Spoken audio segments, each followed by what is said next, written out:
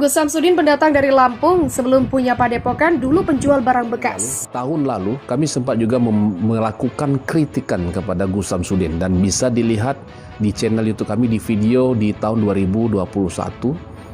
Kami juga sempat mengkritisi tentang trik modus penipuan yang dilakukan oleh saudara Gus Samsudin.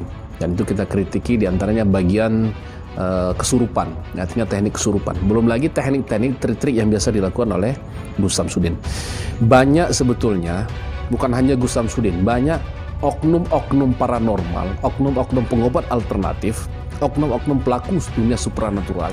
Nah, mereka semuanya ini percaya bahwa selama ini Samsudin ini punya kesaktian menyembuhkan penyakit. Tapi ternyata apa? Ternyata semua kesaktiannya itu cuma abal-abal. Dan lagi-lagi ya, semua ini dilakukan hanya demi cuan. Ya karena semakin banyak yang percaya sama dia, maka otomatis akan semakin banyak pula yang berobat ke dia. Jadi kalau semakin banyak yang berobat, maka otomatis juga akan semakin banyak cuannya. Bener gak? Kalau seandainya saya niat mau dikontenin hal-hal kayak gitu, udah banyak konten saya urusan pergoiban kayak gitu. Saya pola pikirnya begitu. Orang datang ke sini, misalnya nyareat dengan urusan-urusan permasalahan kehidupan, mau yang dililit hutang lah, mau yang kena teluh dan sebagainya. Bayangkan coba oleh saudara-saudara, seandainya saya buat konten, bagaimana privasi orang lain saya umbar-umbar.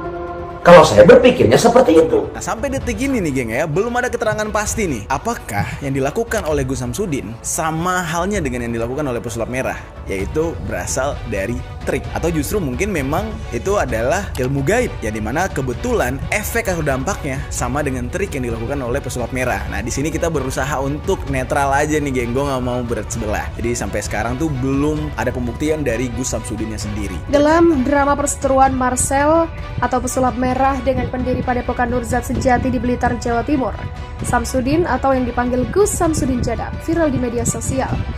Pertikaian keduanya memancing perhatian netizen di berbagai platform media sosial.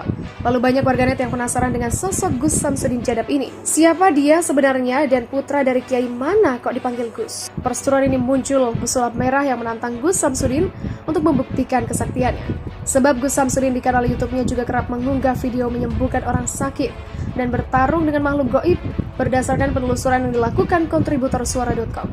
Gus Samsudin Jadab memiliki nama asli Samsudin. Dia mendirikan padepokan bernama Nurzat Sejati yang berlokasi di Desa Rejowinangun, Kecamatan Kademangan, Kabupaten Blitar, Jawa Timur. Samsudin bukan orang asli Rejowinangun. Dia merupakan pendatang dari Lampung. Tidak ada yang mengetahui latar belakang orang tua Samsudin ini hingga kemudian dia dipanggil Gus oleh pengikutnya. Panggilan Gus bagi kalangan warga Nahdlatul Ulama NU pada umumnya digunakan untuk memanggil anak kiai yang memiliki pondok pesantren.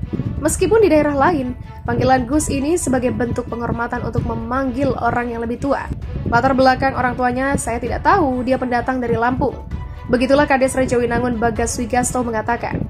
Menurut cerita masyarakat sekitar, orang tua Samsudin bernama Towo dan Tugiem. Awal mula sebelum mendirikan padepokan, Samsudin adalah seorang pedagang rongsokan atau besi tua di Rejowinangun. Bisnisnya berkembang pesat meski di beberapa waktu dia pernah gesekan dengan masyarakat setempat karena bau yang ditimbulkan oleh tumpukan rongsokan tersebut. Lama berselang, Samsudin kemudian membentuk sebuah kelompok selawat Al-Laduni. Dia memiliki beberapa pengikut, kemudian yang dilakukan Samsudin dan kelompoknya ialah ilmu. Kegiatan yang dilakukan Samsudin dan kelompoknya ialah olah kanuragan ilmu kebal bacok.